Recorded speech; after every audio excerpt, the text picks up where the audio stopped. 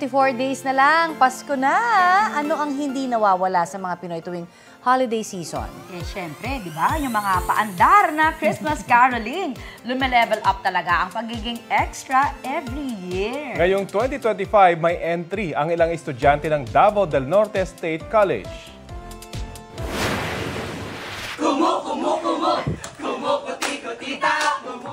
Ayan, ganyan ang indak dapat, ha?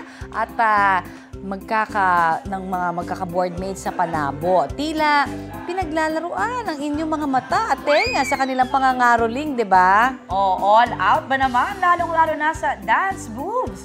With stunts pa yan at complete choreography. Natural lang daw ang kanila na ganyang hatawan bilang street folk at contemporary dancers sila. Ayun naman pala. Oo. Nung gabing yan, nakaipon na raw sila ng mahigit 2,000 pesos. Mahigit 1.6 million views naman so far ang naipon ng kanilang video. The serve maging Trending!